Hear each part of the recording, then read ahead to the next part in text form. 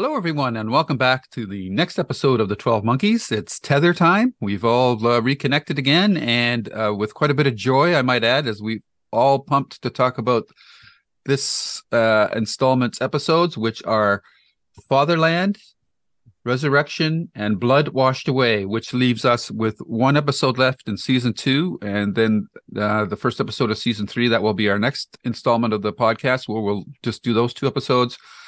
But as I was talking to Jesse before we started, the Blood Washed Away almost felt like the season finale in a lot of ways. But let's not get too far ahead of ourselves. First of all, let's say hello to my 2 tethered time mates. Karen, hello. How are you doing? Hi there. I'm good. I can't wait to talk about these. Fantastic. And Jesse? Hello, Lou. Hello, Karen. Yes, if we pull back the curtain, we usually do a dual recording. We record for our Babylon 5 episode, and then we take a bio break, and then we do whatever subject we're talking about for now, 12 Monkeys. And I think all 3 of us were just getting through the B5 episode to get to this one. Not our favorite B5 episode. So yeah, I was perfectly happy with it. But this series, you talk about ramping up to 11. They just aren't they? Yes, for sure.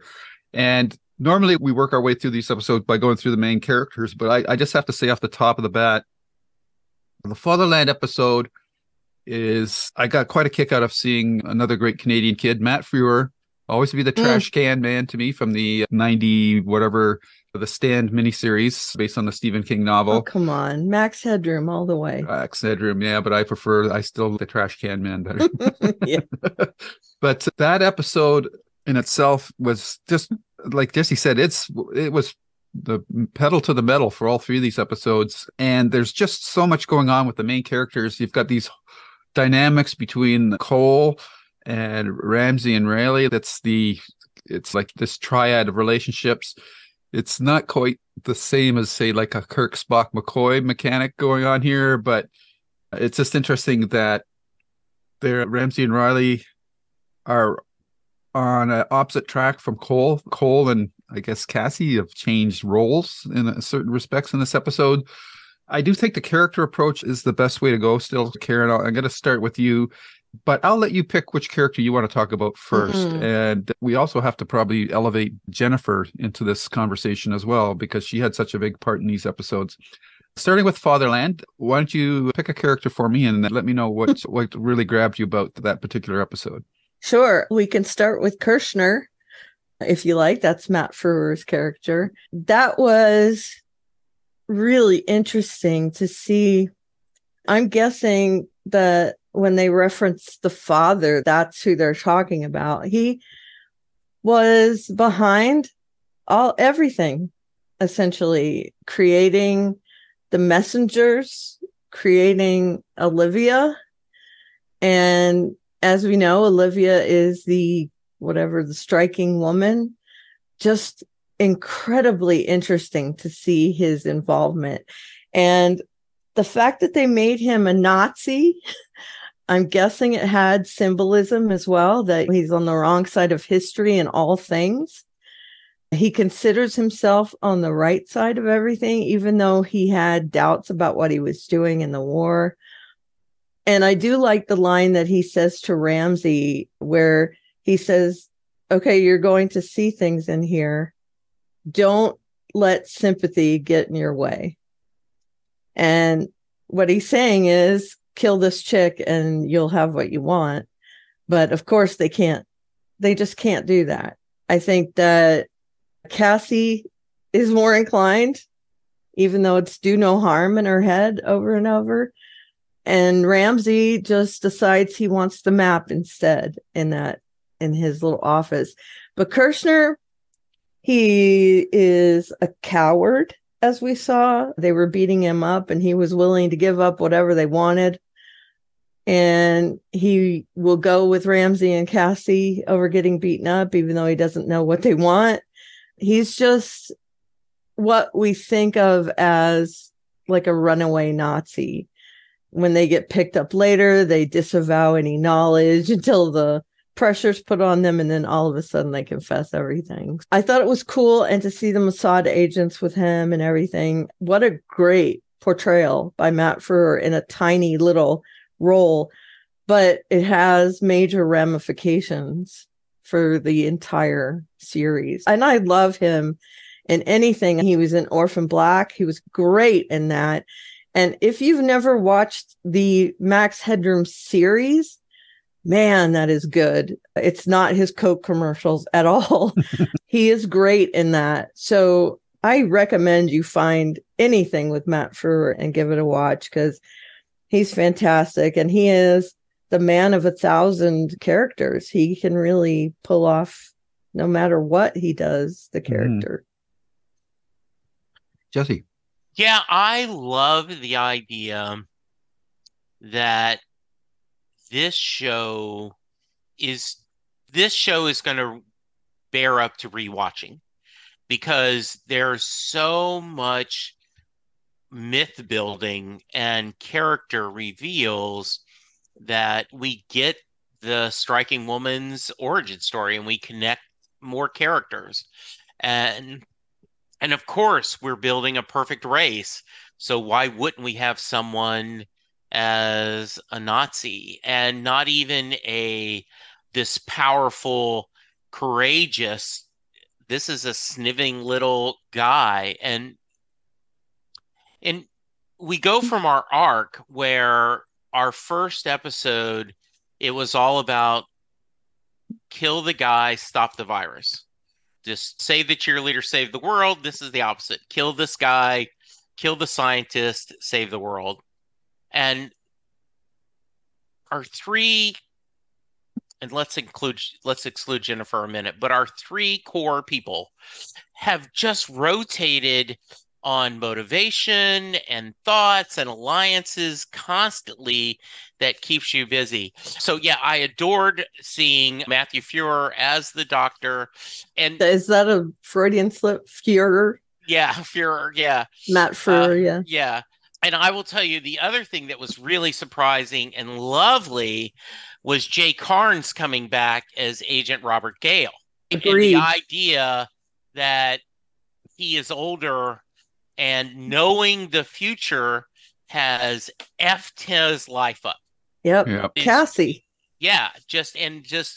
I did not expect to see him back, and to see him back again. And the way he was talking to Cole, there's an implication he'll be back again because he's like talking about how much we know each other. Yeah. What? And he's, oh yeah, I would love to interview this showrunner and talk about to Terry Malice. Yeah. And I don't know how much Travis Fickett is involved too, but how much did they, I wish there was an official podcast like a lot of times HBO does, or the guy, or like the guy who did Breaking Bad. I'm drawing a blank on his name, but he'll be on a podcast about, this is where we came up with this story. This we're doing. This has to be that big paper that we saw with all the different timelines. They must have something like this for that series. Yeah. So I don't know if I answered enough about the Doctor, but that's my initial thoughts about that topic. Yeah, it's interesting that you mentioned Terry Matalas, because he is, I believe today he's going to be on the and I mentioned this one before, the Shuttle Pod show, which is two of the actors from Enterprise, Trip and the security guy Dominic, I can't remember his name, but Terry Matalas is their guest star. So at least if you want to find out what his thought process was behind Picard season 3, I highly recommend checking out that podcast. And I just would recommend that podcast in general, because they get all the stars from all the various Star Trek series on there. And it's just fascinating listening to them talk about their experiences with the show and the franchise. So let's turn to the trio, at least to begin with. The scene at the bar, when they've made the jump to 1957. That scene came back with a big bang at the end of the episode, especially between Cole and Cassie. But that betrayal, that those two, that Ramsey and Cassie would drug Cole and take him out of the equation so that they could go rogue was so well done, and the payoff and the show does pay off just so well. The betrayal, the hurt that Cole had from that was a gut punch for me, and I'm just wondering how you thought that all played out.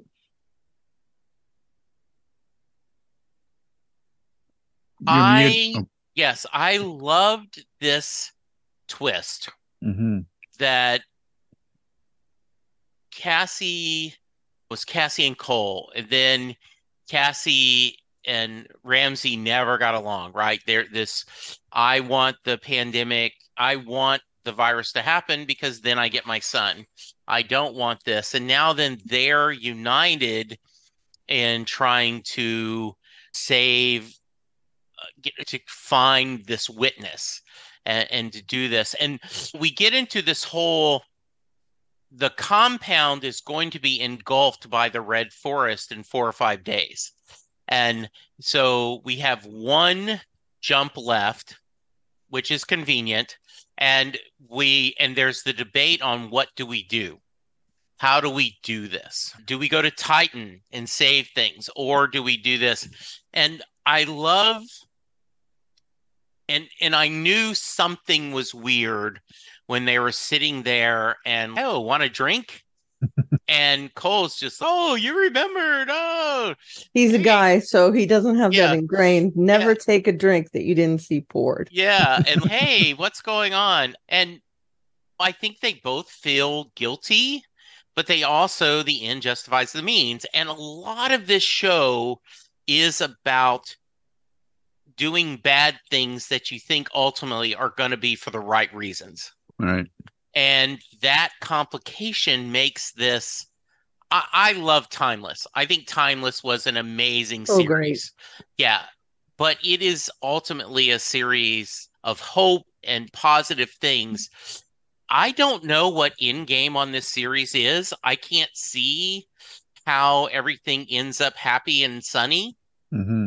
And so you find your little joys where you find them. And when we get to a couple episodes from now, we'll talk about that. But yeah, I just love that the more we spend time with these characters, the more Aaron Stanford impresses me. Kirk Avicita, we've always loved, right? We talked about him. And Amanda Schull is just, I say this with love in my heart, she must walk through Hallmark movies, right? She's working on something else in her mind and she's just going through it. Yeah, those aren't exactly known for their depth. And she's just killing it in this series. And these 3 episodes especially, she has so much to play. I just am loving it. Y'all, just so you know, Jesse has little hearts coming out of his eyes right now. Yes, I do. Yeah. And and we get a little scene we get to see a little bit. Yes. Yes. Yep. I was hitting the like button on my screen. Were you? Yes. A little nakedness. Yeah. Yep. Karen. Yeah, I do think it's interesting that they were timing how close the red was getting to the facility and trying to figure out how long it was going to be.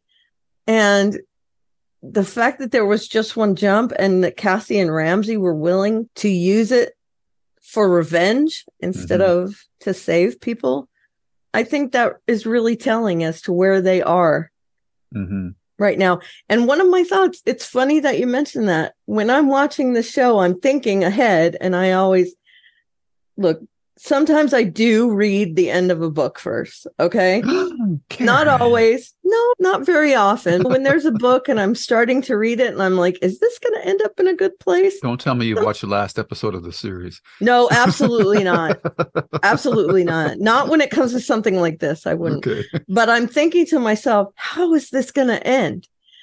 And is the world going to be gone? It's just so weird to see they've mucked things up so much. How can they fix it? They have to go back to the Big Bang in order to fix it, it seems. Yeah. So I really get a sense of kind of foreboding as to where is this going? And especially in these 3 episodes where it looks like it could be such a definitive ending of the series. Everybody dies deal with this. Mm-hmm. But yeah, it's really cool. I love that Cassie changes her mind and decides to go with Cole after all of the faffing about. Mm-hmm. She gets out of the car with Ramsey and decides to run back to the facility.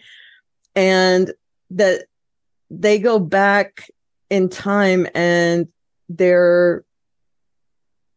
Jennifer realizes at that point that they can't go back. And it's just, these 3 episodes were such a roller coaster of emotions. Oh, my emotions. It's that kind of thing. And then I'm rambling at this point, but it's so good. That first episode in particular, and then the last one, the middle one was great too. But I think the last one, Blood Washed Away, in these 3 had the most impact to me, and it had the most emotion. But Resurrection was great too, especially with Emily Hampshire. She is fantastic, and I think it really highlighted her acting ability, and that she plays both Jennifers but completely differently. So I know I've gotten off track, but that's okay. That's that kind of show. Yeah, don't worry It about is it. that kind of show. And I'll try to steer us back on track. Thank you. Yeah. There's just a couple of threads left over from the Fatherland that I want to touch upon. Like you guys, I think it was Jesse mentioned Olivia is the child in this episode. I'm still waiting to see the origin story of her brother, the Pale Man. That's going to be interesting. And the other thing that I wanted to mention, it's actually predates this episode, is we've lost a lot of characters too. I can't believe that Michael Hogan, who was Katrina's sort of love interest for a couple of episodes, he's gone too. He sacrificed himself in the previous episode to save the facility. Yeah, and again, this episode, and I'm sure we're going to see it repeated, and we've mentioned this point before, is this show is a masterclass in how to make character actions seem believable, even when from the outset you would, if somebody told you that this character was going to do this, you say, well, that doesn't make any sense. That character wouldn't do that. But this show beautifully lays the groundwork for the characters to do actions that we wouldn't accredit to them. And I just like Cassie betraying Cole, to me, was a big moment in this series. And they set it up, but they also showed the impact on their relationship afterwards. So they don't half-ass the character stuff, and I just can't emphasize that enough. And I think I'll give both of you an opportunity to start with you, Jesse. Your feelings about that particular aspect of the show. Yeah, it feels like the showrunners are not afraid to go, what if? What if we reverse things around? What if we do this? What if we reveal the story behind the striking woman we wait till the second season? And you have to remember too, because I'm going back after I watch these, and I'm going to like Den of Geeks and reading episode synopsis, and they're talking about, God, I hope we get a renewal, right? So they're writing this with not even knowing if they're going to get another season. Oh, okay. Yeah, and I love the risks they take in storytelling. And let's take Deacon for an example.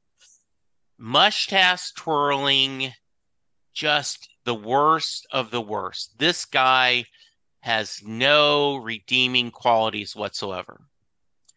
And we have the little scene where we know why you're staying. They talk about all his people are leaving, and you know why he's staying. And we know that we didn't get to see it, but over that 8-9 months, he and Cassie became close. And we get that it may have been intimate once, right? Once, That's yeah. once. Yeah. And you may have to bleep this out. Hey, once he got a little taste of that, I want more. Right? Yeah. She's, no, you bad boy. Try a little tenderness. I love that he's not done a complete 180. You like him a little more. He brings enough humor in it. And once again, that scene where he comes back covered in blood and is, I respect you guys. Not, I got jealous. It's, I would have done that too. And bygones. Remember on Alec McBeal, the guy when he'd say something bad, he'd go, bygones. I just, that is courageous in a way, not that you're trying to fight for a better world, but it's courageous writing. It's, I'm going to count on this. And I remember once there was the showrunner on Modern Family. They talked about a joke that they were going to have the dad do. And the showrunner said, it's funny. And I have no doubt that actor, Ty, would knock it out of the park. But after a while, we have to realize, would Claire really like this guy? You love this guy if he was that out of there. And I love that they trust this actor enough that they can stretch the boundaries of character and likeness and just entertain that crap out of us. And yeah, I think this is, don't care if we're popular, don't care if we get good ratings. We're going to tell a hell of a story and hope that Josh Whedon used to talk about, I don't want millions. I don't want a throne of fans. I want a smaller, passionate fan group of Buffy versus everyone kind of liking it. And I think this is just something amazing. Agreed. Yeah, Deacon. And we also get a naked scene for Deacon in one of the episodes that's completely different from the one we get of Cole and Cassie. Yeah. I've liked Deacon from the beginning, even though he was hateful. He was like the Negan at first glance, but he has become endearing. And I love that he fell in love with Cassie. He definitely fell in love with Cassie. But it seems like when they got to know each other over those 8 months that she just became, I don't know, I hate to say this, it's such a cliche, but like a beacon of hope. And he's trying to be better for her. And she's not having it. She just doesn't like him that way. And it makes him a very sympathetic character, because we've all had those one-sided relationships where we fall for someone and then we realize, oh, okay, it's one-sided. It was back in my youth. I had one of those. And it makes you feel that emotion again when you see how he reacts to everything. And that episode where he's just given in. Nothing is good in his life and everything goes bad. His people leave him. Cassie doesn't love him. The facility is not being guarded by his guys anymore because they've all abandoned him. And he just decides he's going to screw it all.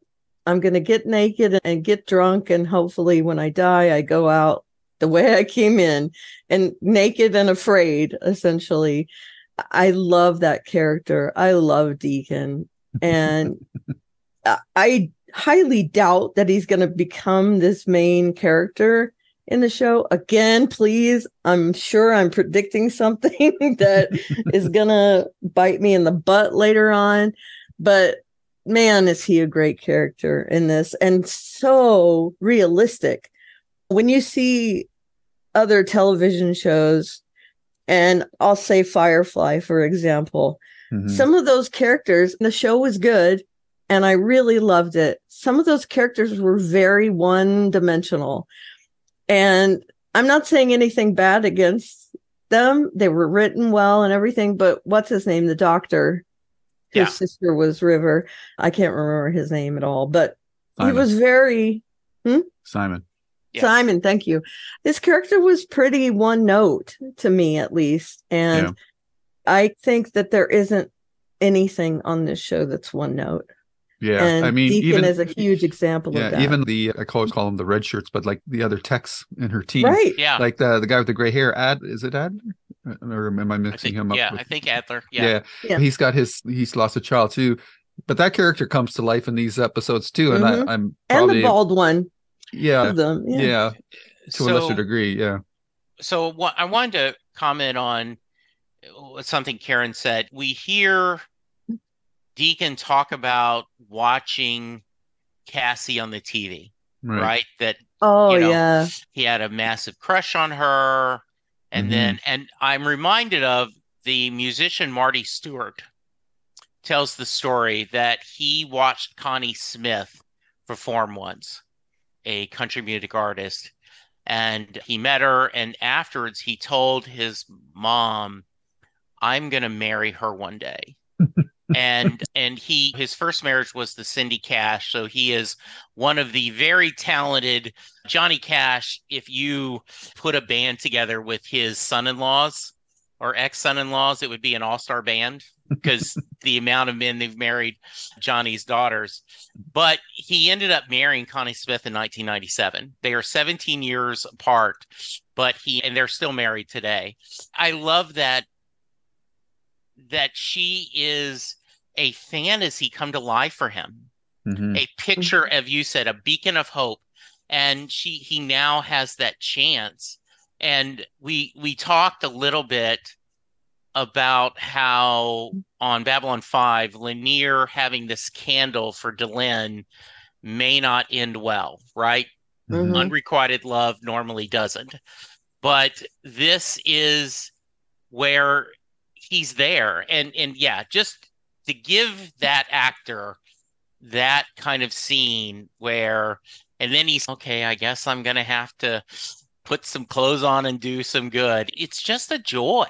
Yeah, It is. that scene really made that character come to life. To see him that vulnerable, because he's been such a badass up until that point. You get to see his inner self, which is just done so beautifully. Like, it's shown to you, it's not told to you. So it's just a great thing. And the other thing that the show, go ahead. We can put that together from all that we've learned about his background with his dad, his brother, all this stuff, and we see it, and it's 100% believable. Yeah. And this next item I'm going to bring up is a little delicate, I guess, but there is the trope or the perception that if a girl sleeps around, that she's of a certain character. And we've seen Cassie now in 2 episodes that we know of, way back in first season with that plague in Chechnya, I think it was, or no, it was on the island. Haiti. Yeah. She slept with the black doctor. Yeah. And now, because it was a very intense situation and so forth with the plague. And then that scene with Cole or Deacon that we didn't see, but we were told that she thought that she was going to die. So they've done that without making her seem diminished as a woman. So I really appreciate that as well. Maybe it's a point that I shouldn't have raised. I don't know, but it is a common trope or perception in society today. In real life. Yeah. So I wonder, Karen and then Jesse, how you feel about that aspect of Cassie, or does it just make her seem like more of a real person to you? It does make her feel like a real person to me. And I think personally that the thought that a woman is a slut because she sleeps around, we don't think that of men. And that's always been something that's bothered me. Why can't someone get pleasure? Why is it such a big deal that a woman does it? And I know in olden times it was bad because the woman could get pregnant and not knowing who the father is and all that stuff. It's a disgrace and all that, but it's not like that anymore. So I love that they've portrayed her as this woman who knows her sexuality, feels secure in it, takes comfort in it.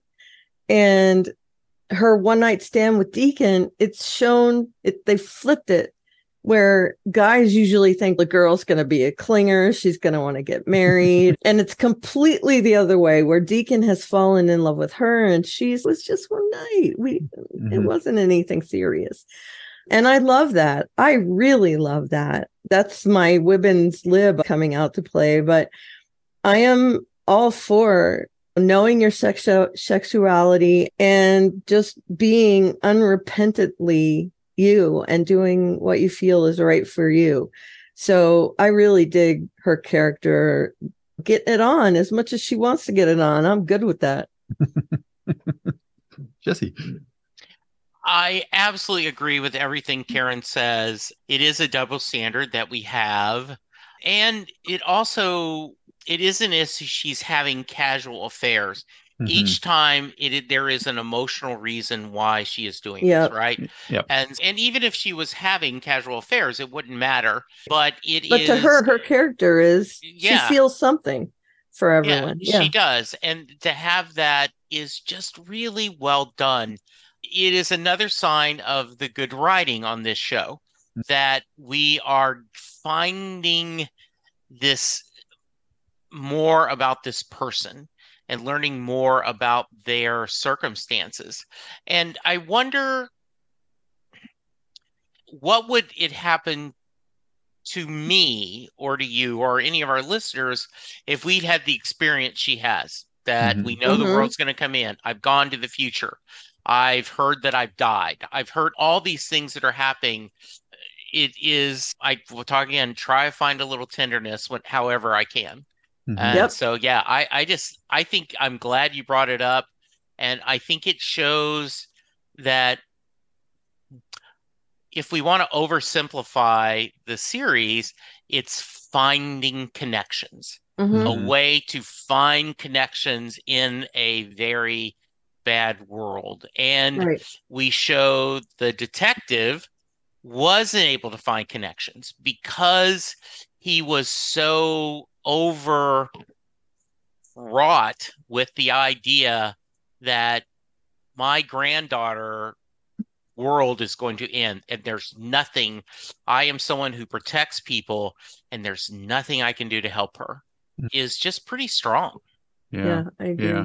Yeah. I just think like that scene for Cole and for Cassie just made them more fleshed out characters to me. I just Mhm. Yeah. felt that when you get a scene serving a double, triple purpose, that's gold in a story, and that was one of those scenes that really worked. And in lesser hands, it could have been a really cringy scene, but it was just a wonderful character building moment for all of them. Okay, I I was hesitant to bring it up, but I think it's important because I think in establishing these or building up these characters, I just love the mature handling of some of these tropes that in other series would anger fans and that. And I haven't read any reactions about the behavior of characters from other fan sites and that about how the leads and that are acting in this show, but I just know based on experience the tropes of males and females, how certain things play. And I just thought it was something I had to bring up. And not just that, but in shows where there is definitely a romantic lead of a hero and a heroine, Mhm. which I'm assuming would be Cole and Cassandra, right? They would be the leads. People get really mad when Mhm. another romantic partner shows Chuck. up. Yeah, like Chuck, Shaw, Yeah. or that block of wood, whatever it was. Yeah, Yeah. Shaw was really Bad. I like Brandon Routh, but man, he was bad in that. When there's an alternate love interest, people get mad. And I am not mad at any of these people that she sleeps with or he sleeps with or anything. I think it is a testament to this show that the characters are so fleshed out that we understand why they are having these dalliances with people, and that they're because of situations they find themselves in. Mm-hmm. That they, like Jesse said, they want that connection. I also think it's about connections, making them, keeping them, deciding what to do about them. Mm-hmm. Is this entire series. And we see that throughout. Cassie's getting revenge because of her connections. Ramsey's getting revenge because of his connections. And Cole is making more connections, which makes him a more sympathetic person. It's really very much centered around that. I think that's a really great insight, Jesse. Mm-hmm. Yeah, and then I love the aftermath of that, the Cassie Deacon scene in the next episode, Resurrection, when Cole comes to Deacon for help, and he finds out, or he can intuit pretty easily why Cole's bummed out, and then he can't really believe that that made that useless because of what happened between Deacon and Cassie. I just love that, and at the same time, it's been intimated through the previous episode, or ever since Cassie came back from the future, that something had gone on between Duncan and Cassie, and Cole knew, but he didn't quite know. But now he knows, and he's processing it, but he's not making a big deal of it at the same time. But I do think that it plays into actions in the next episode that we'll get into. But yeah, it's just how they carry these threads through each episode. Sometimes we get the payoff right within that episode. Sometimes it's a couple of episodes later. And specifically in this season, the farmhouse has been around since last season. I think we saw it for the first time. We finally get the payoff in this season near the very end. And the show, like that their murder board they have, where Cole's at the center of all these diagrams, and Jennifer sees when she's going to die and all this kind of stuff. That must be an artist representation of their whiteboard when they're in the writer's room. It has to be, because all these things are fitting together, and it also serves the purpose of providing the location of Titan. It's just very well done. And what really comes to the fore in Resurrection is the wonderful stuff that Jennifer gets to do. It's not often that you get to meet yourself at an older age. And I want to talk to myself, as you mentioned off the top. I think, Karen, that scene between the older and younger Jennifer was great. And it was probably the first time in the show where Jennifer didn't have to put on, I don't want to call it airs, but she didn't get like manic and get into all her double speak and things like that. And it was the moment of the greatest clarity for that character, and the biggest insight for us as viewers into her mindset. And it's also that whole trope of the road not taken as well. That the older Jennifer tells her that she didn't go to Titan, but she has a chance to go to Titan. And we see how poorly that decision actually works out. Yeah, I just thought that Jennifer had a really powerful episode here in Resurrection, Jesse, and I'm just curious to hear your thoughts on her. She has become my favorite character. And I'm always in love with someone who throws in pop culture references, especially when like the other people don't do. And she does the Die Hard reference, like, look, McClane. And the older Jennifer, knowing that this is when she's going to die, but throwing. And so I'm now wondering, does young Jennifer get thrown back in time somehow to grow into being the old Jennifer? And therefore, do we have a bootstrap paradox? How long does she live in the future to go back? If this is what's always happened, how would it be? The old Jennifer is so wise and still just the touch of snarky and crazy. And then young Jennifer doesn't have that, using fortune cookie things as her wisdom, which is great. And when she looks at Cole and says, when have I ever been able to say no to you? That is a pure love. It is there romantic feelings there? Yes. Is there brother and sister feelings? Yes. Is there the bonding of going through a war together? It's all bundled up together. And I'm sure it's out there somewhere, but I would love, when I'm finished, to Google YouTube clips of all the snarky Jennifer and pop culture references in a row, because they're just a joy. Yeah. And I am going to go see a episode of the Schitt's Creek. Yes, you have to. Just to see it different, because I think she's brilliant. I think she is by far my favorite character, and someone that I adore. And I hope we see more of old Jennifer, even though she's passed. But in a timey-wimey show, you never know. She can be back. She's just perfect. And I go again, that scene, when have I been able to say no to you? And just she says it Yeah. as a young Jennifer and an Yeah. older Jennifer. Yeah. And I how about love that great scene, right? When they snort together, right? Mhm. When something funny Snort happens laughing. Yep. and Yeah. they just and they look at each So other cute. amused. Yeah, that was Yeah. Yeah. perfect. Yeah. I love the line that old Jennifer says when younger Jennifer walks into the room. She says, "Hello, egg. I'm chicken." And it's just so cool that she has such insight about things that she can just glibly Mhm. say things like that. And that, boy, is she a great character. That's all I can say.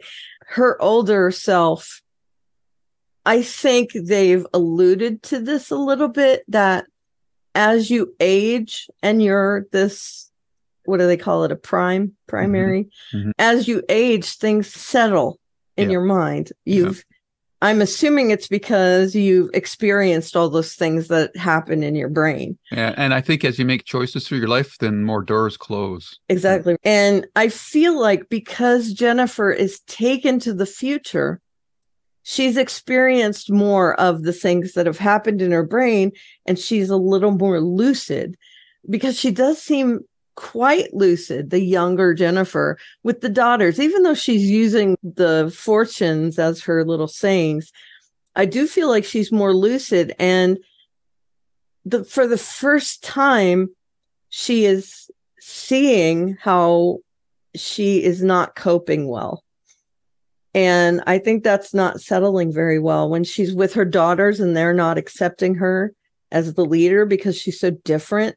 Mhm. And part of that really makes me feel this huge sympathy for her character, where she's brought in to take the place of her old self, and she's just going to slot right in and carry on and be this new old Jennifer kind of thing.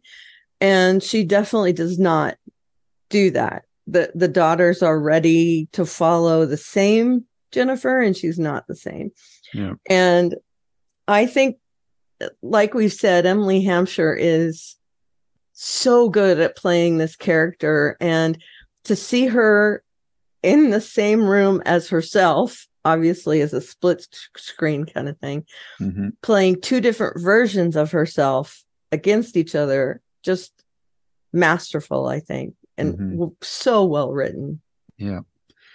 And transitioning into the last episode, then Blood Washed Away. This one works well on so many different levels. And again, as I mentioned, how the show weaves character motivations so that we believe believe the actions that characters are taking in that particular beat. The previous episode in Fatherland, the last scene between Cole and Cassie in 2044, he tells her that she did all the things she did for revenge of that because she was afraid. And then when he jumps back to 1957 and she's leaving the facility, she decides to not go to Titan. And then she decides to go back to 1957 because, as she tells Cole when she steps onto the hotel lobby, that she's tired of being afraid. So that motivation for her to make that decision to give up her revenge is plausible. I think it's probably it's maybe the one I had to hand wave the most, but I could still buy it, whatever quibbles I had. But then what I loved about it is that that betrayal from that episode colored their relationship for the whole, I don't know, it was 11 months that they were together. Mm-hmm. So that you would have thought they would have bonded over that time. But that wedge was there the whole time, they were at each other's throats through that whole episode. And I wasn't expecting that, but I when it happened, I loved it because I thought, okay, now they're going to have this reconciliation. And they still didn't have that reconciliation until the very end of the episode. And I just thought that they played on Cole's loyalty that he has for his friends, and that he was willing to, he was making the gesture to step away and let her have a happy life with him not in it, because he felt guilty that he had ruined her life. And and maybe Karen or Jesse, you can clarify a bit for me. She was afraid because she had lost control. So I'm not totally understanding why she and Cole got together at the end of the episode. I can understand from his perspective because he's always been in love with her. Is it because she was afraid of true love? I'm not quite sure exactly why they hooked up at the end. So I'll throw that out to the both of you, how you thought that played out and what your understanding of Jesse or Cassie's mindset was that made her just want to reconcile with Cole.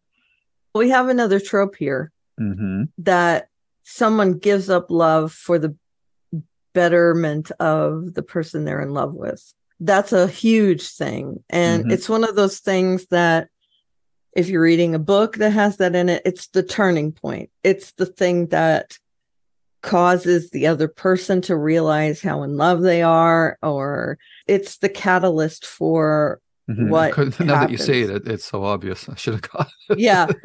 But it's that turning point where, oh, they're gone. I guess I do have feelings for them. And what is it? Distance makes the heart grow fonder kind absence, of thing. Yeah. Thank you. Absence. So when Cassie wakes up and she realizes that Cole has left her there, she tries to continue, although she continues looking for him. We see the bellhop come and give her the what is it? The little thing from her report that says that Morrison has been found. And I think that's funny that it's the name that he uses in the previous episode. And it's Telegram. So stupid, Morrison. But she realizes that Cole would hold on to something. And that name being it. And she's hoping that Cole has kept that flame alive for her. And it's showing how she has continued to look for him. And yet she has become this nurse, and I'm putting it in air quotes because she is using her medical abilities from the future to help people in the 50s. And I think that's really cool that the doctor goes to her for advice on things. They've never heard of Lyme disease. And she has all this knowledge, and the doctor doesn't really question it too much because it is working on the patients. And she has carried on through all this in the hopes that at some point she'll find Cole again. And I think that's so cool that we see her resilience and then her absolute faith that she will find him again, like they're fated to be together. And we also see that that's subverted a little bit when Cole says, I'm building this house for you. So he was always intending to, somewhere in the back of his mind, to go back and find Cassie, but it looked like he left her because it would make her life easier. And it did, and it didn't at the same time. And then the fact that she hasn't told Cole what she saw when she went to see the witness in the Red Forest kind of thing. And to see that all play out in a believable way, I thought was brilliant storytelling, that he finds this house. And again, we're talking about fate in this instance where he just happens to see the house that but again, it's like that cycle of she saw it in the future, so it has to happen in the past. He's building it up with the pine and all that. So every single line that the striking woman has put into Jennifer's mind, the blood has washed away and it rains and the house of pine, you've been there before. I thought that was really a huge allegory for what she saw in her visions. And the fact that they finally get together there at the end of that episode, I think is the culmination of their feelings for each other, that he was jealous. She went on all these dates and he's finally admitting, hey, I was going to come back for you. And she sees all these things with the house that he's sacrificed for her. And so there's this coming together. And again, we see it as completely believable. And that is, again, such good storytelling. I loved it. Jesse. As Karen was talking, I'm thinking of the Eagles' Wasted Time song, right? You never thought you'd be alone this far down the line. Yep. But I know what's been on your mind. You're afraid it's all been wasted time. Almost a year, they could have had a life together. Yep. Mm-hmm. He slept on the couch. They Yep. didn't find they worked together, but they could have had a chance to had this life together. Mm-hmm. This enjoyed each other's company, not just physically, but emotionally, and be there. Mm-hmm. And so it was wasted time. Mm-hmm. He feels like he's ruined her life, right? That trope you're talking about, Karen. Mm-hmm. Like if I had not gotten into your life, none of this would have happened. Therefore, the best thing I can do is to get out of your life. But because I'm driven, I'm going to do something for you. And she's now going, but my life is better because you're in it. And why you big lug are you not realizing that? And I think I'm sure that as people were watching this when it first came out, there was a lot of push, like, oh, let's get these two together. Let's get these two together. And then when they finally admit they feel for each other, Gasoline and Fire is just an explosion of love and passion. And so it's very satisfying with the scenes of the massacre, right? Mm-hmm. It is such, and once again, talk about a filmmaking cliche, right? Cutting across happiness to destruction, happiness to destruction, but it's so well done. I'm like, yeah, I know they're trying to manipulate me, but check the box, they did. Yeah. So I think this is, and once again, they go 11 months and 5 minutes. They do that flash. Okay, we don't have time to talk about this. Yeah. And to hold on to that anger for that long, I think when they get together and when they finally talk, often what's frustrating about romantic movies and when they go to another level is when there's the plot, if they would just talk to each other, this wall between them would drift away. Right. And when it's really well written, they do tell them, and there's still something else happening. So I just loved everything about this. Not only did we get to see hot time traveler booty, but it was, you wonder where are they at now, right? And okay, so this is how the house was built, but how does the house become alive?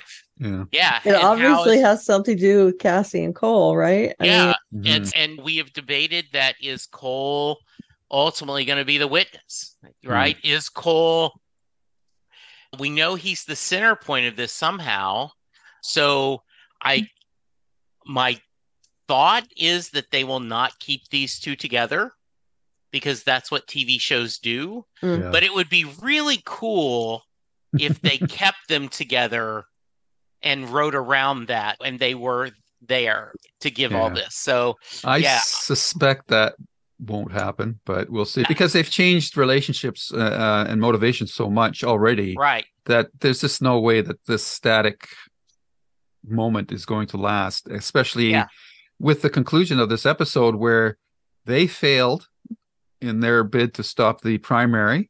Yep. And the group that went to Titan they're all dead. So this this paradox is going to continue, and we need to see the next episode to see how they're going to address that, because this really felt like a season ending episode for me. It could be a series ending or a series ending. And they've got, there was a one episode in the farmhouse, they had the date 1957 to 59. It's interesting that, because Cole, maybe he got to this house in 57 or the end of 57, but but I don't know how long Jennifer, like they were there for a year already. Yeah. And then however long Cassie was in a coma, that puts it into 58. So yeah, but he bought the house while she was in the coma. Yeah. I like the fact they got together in 58. That's the year I was born, so I thought that was that's nice little connection for me personally anyhow. Nice. My only frustration and it's a small one. With these 3 episodes, was the final scene in Titan. I was expecting the witness to reveal themselves, but he didn't, or she didn't. And also with that episode, before I get too much into the future stuff, I just, again, I have to reiterate the point you made, Karen, like the title, Blood Washed Away. The fact that we've seen this Red Forest reference all the time, and that it turns out to be that Cole cuts his thumb on the saw and his blood is on the grass. And then she's washing his hand under the sink. I just thought that was a wonderful allegory for that. And I agree. And you have to wonder, is that moment the moment that is coloring the nature and appearance of the Red Storm time paradox? Right. Because that kind of ties into my belief that Cole might be the prime or the witness. But it seems to be that the time storm seems to be a manifestation of that moment. Yeah. And I'm really interested to see how that plays out. Of the whatever the mantra is that the witness gave to everyone. Yeah. And so it's not Ramsay's son, is my conclusion. That was what I was thinking could be the case, but I don't think it is. I think it's something to do with Cassie and Cole for sure. Yeah. So now we're left with the future's lost, and everybody's dead. The past is lost, and Cole and Cassie are living in this little bubble that for however long they would live a natural lifespan, they'll have that time. But without knowing, like and Jesse was mentioning earlier, they were just, fans were wondering if the series was going to get another season or whatnot. This almost seemed to be written as to be a potential series ending episode. So I don't know if that was the intent or not, or a safety valve that they had written for the series. I don't know. But again, for the life of me, and I'll turn to you first, Jesse, is I cannot fathom what they're going to pull out of their hats to continue the show going forward. I can always pluck out another character that they haven't introduced to us yet that could change the timeline, but I'm hoping that that's something that's based on something that we've already seen at the very least, because that's the way the show has operated to this point. But I'm racking my brains out trying to figure out where can they go from here, because every avenue of time travel has been lost to them. There's the machine's gone, and it's too early in the time period for them to go to Katarina to try to recreate the experiment. I'm not sure how they're going to go forward. I don't know how you're feeling about where we're sitting right now. That is the reason why I wanted to go to the next episode, because I absolutely had that. Here's my theory of timey-wiminess. Bring it on, Doctor Who, man. Yes. So Cole and Cassie put a newspaper article the way they've been doing, an ad. And they somehow send a message that you need to get them from the hotel at a certain date and time, right, of their end, and do it in the future, a certain date and time that before these things happen. Okay. And then say, okay, you need to send us back, but you need to do this to get ready for this. But the worry is that's a paradox, right? So I don't know. But that is the closest I've come, is they somehow are able to communicate, and they're able to jump before the Red Forest starts doing, and they do something to either you can't build a built-in machine, but do something that can circumvent what's happening or jump past it. That's what I see. Very good. Yeah, that's my theory. By the way, wasn't it lovely to see the doctor protecting her daughter and then seeing that? In another podcast, that would be a whole subject, right? Yep. Just their relationship. They're just too busy to talk about it. But I just wanted to bring it up. That was a nice little Olivia moment. Yeah. And the idea that she's that she's this badass. Yeah. Okay, so this was a very throwaway comment in an earlier episode, but they were realizing that whoever the witness is has time knowledge as well. So is that facility on Titan another time machine? That's my question. There was a lot of machinery there. Right. Yeah. And they have mentioned that whoever the witness is also has the similar knowledge as time stuff. Like so that. that's like just that, yeah. my. Yeah. We did see it look like a huge. But why would bigger, the witness want to change anything? They got the result that they wanted. They don't. They want to make sure that it stays the same. And maybe the witness knows that this is what has to be done, right? Yeah. Yeah, that's my thought, that they're trying. They know that Kathy and Cole would change things if they could. So the witness is making sure that doesn't happen. That's just my thought. So they're like battling time machines, the good time machine and the bad time machine kind of thing. Yeah. So and I had the same thought. How is this going to get fixed? Everybody's dead. Yeah. How on earth is this going to get fixed? Yeah, So, the old joke, kill them all and let God sort them out. Just, where's God? Yeah. What's your theory? I like both of your theories. And to be honest, I think something's going to be introduced that we haven't been privy to yet. But once it's revealed, we're going to go, oh, geez, they talked about that way back in episode 2 or something like that. So we'll see. But the important point I think that this episode made is the future is not fixed.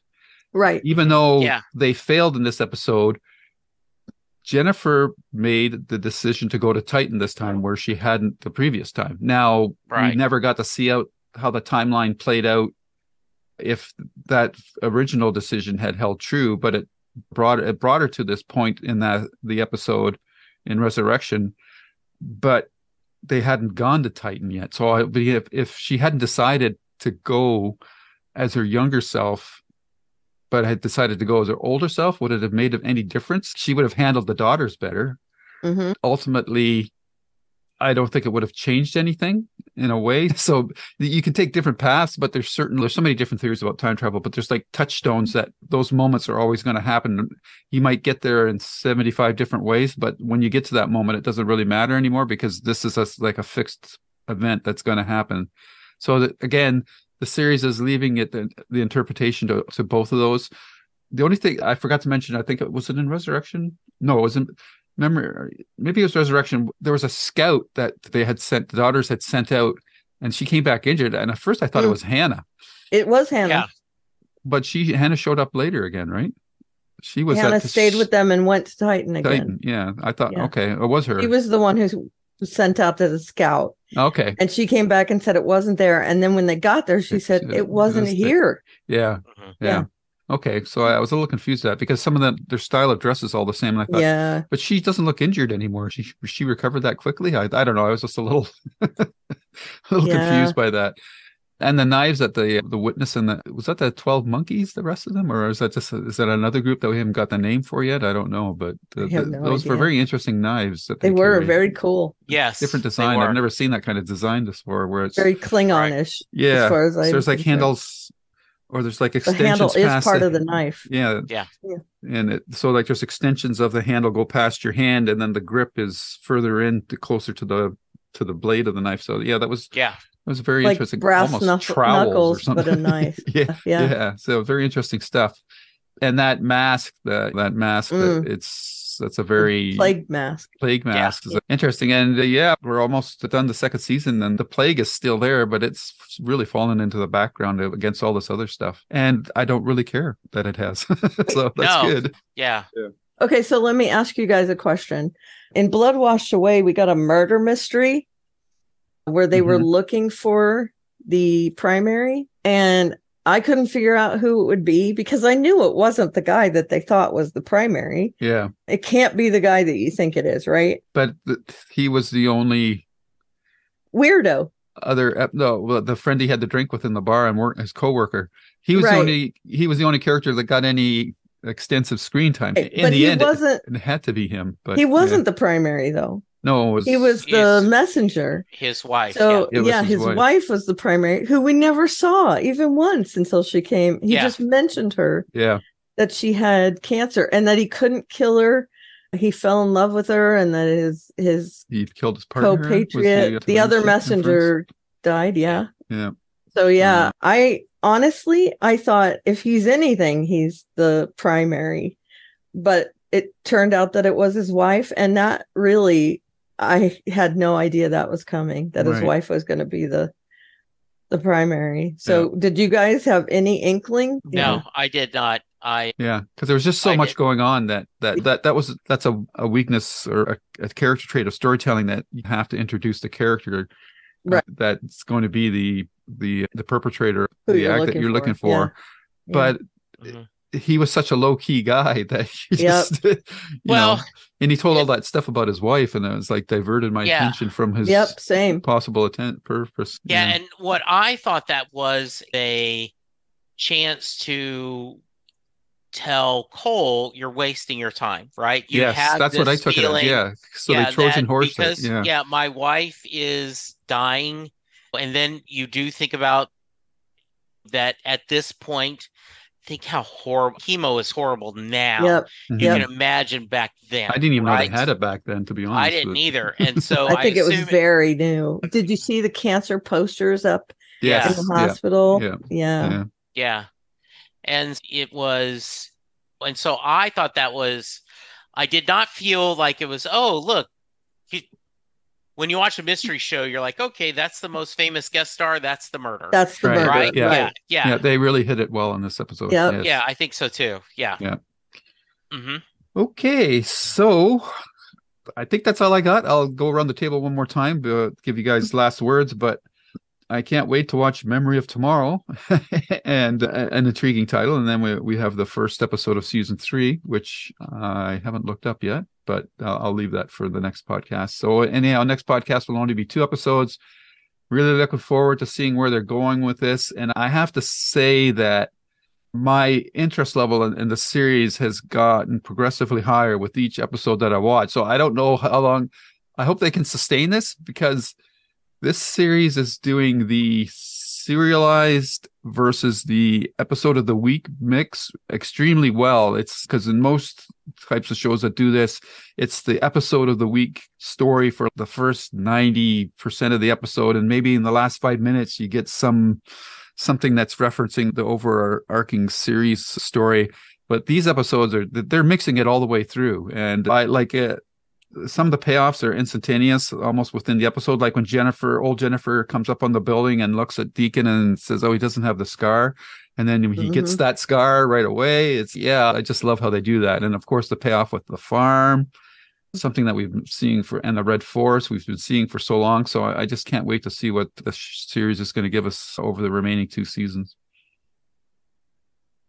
So, as a side note, before I sum up, I just looked up chemotherapy, and the timing is exactly right. 1942 was the first case, since they were developing it based on mustard gas, and which they mentioned in the show. Exactly correct. During World War II was the first use of that for lymphoma. So anyway, I just looked it up and wanted to impart that knowledge. Thank you.